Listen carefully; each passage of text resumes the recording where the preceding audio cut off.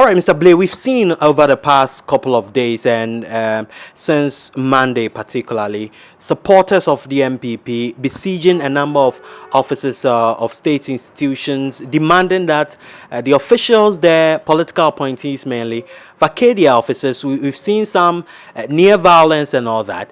Your thoughts on this matter? Well, I'm not too sure specifically what you want to refer to, but there have been instances where it's not an issue of people going to public offices and state institutions to drive out people and take over. No. In some cases, particularly at places like the Harbour, DVLA, Peduasi Lodge, polling booths and so forth. You know, in some cases the people have to go there to protect state property, to ensure that looting stops. I've been told that in some public offices and so forth, all of a sudden those who were working there have refused to come to work.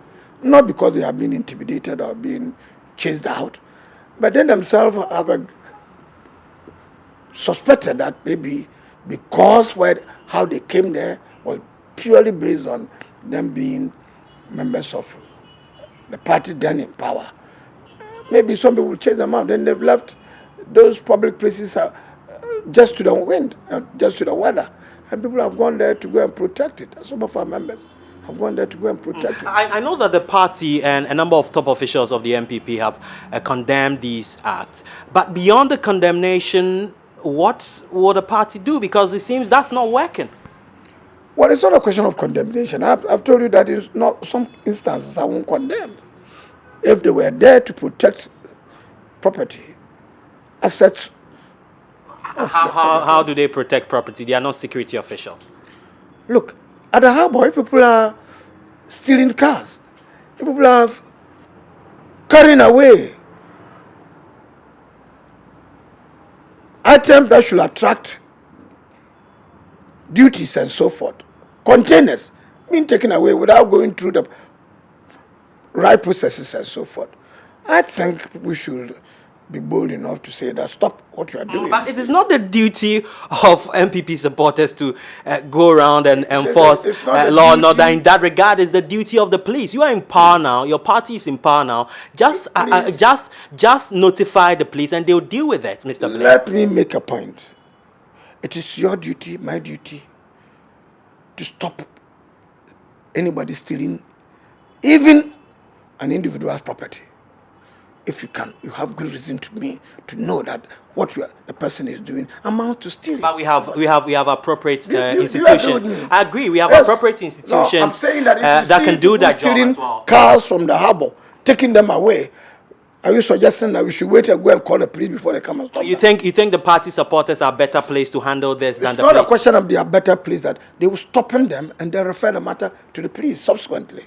Please, let's understand that. Is that the way to go? No, please. There are instances where they were right. But there are instances that I will not endorse that. I will consider their conduct not the best. What instances were they wrong?